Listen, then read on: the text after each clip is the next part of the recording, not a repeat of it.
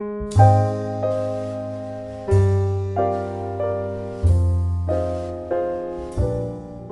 गांव में एक लोहार गोपाल रहता था। उसका एक भरा पूरा परिवार था, जिसका लालन पालन करने के लिए उसे कई बार दिन रात काम करना पड़ता था।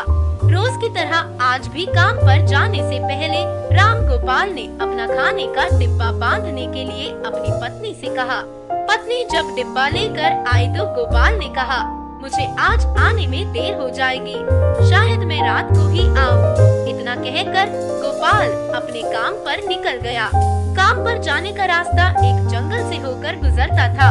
वहाँ जैसे ही गोपाल पहुँचा, उसे कुछ आवाज सुनाई दी। जैसे ही गोपाल कुछ पास गया तो उसने देखा कि एक साधु भगवान का मंत्र जपने के साथ ही हंस रहा है। हैरान होकर गोपाल ने पूछा, आप ठीक हैं? उस साधु को गोपाल नहीं जानता था, लेकिन साधु ने एकदम से उसका नाम लेकर कहा, आओ गोपाल, मैं तुम्हारा ही इंतजार कर रहा था। मैं भूखा हूँ, मुझे अपने खाने के डिब्बे से कुछ खिला दो। बाबा से अपना नाम सुनकर गोपाल हैरान था, लेकिन उसने कोई सवाल नहीं किया और सीधा अपना खाने का डिब्बा निकाल कर उन्हें दे दिया। देखते ही देखते बाबा ने गोपाल का सारा खाना खा लिया। उसके बाद उस साधु ने कहा, बेटा मैं तो सारा खाना खा गया, अब तुम क्या खाओगे? मुझे माफ करना। गोपाल ने कहा, कोई बात नहीं बाबा, मैं काम के लिए बाजार जा रहा हूँ, तो मैं वही कुछ खा लूँगा। यह सुनकर उस साधु ने गोपाल को खूब आशीर्वाद दिया और भेंट के तौर पर एक हथौड़ा दे दिया। गोपाल ने कहा, आपका आशीर्वाद काफी है, मैं इस हथौड़े का क्या करूँगा?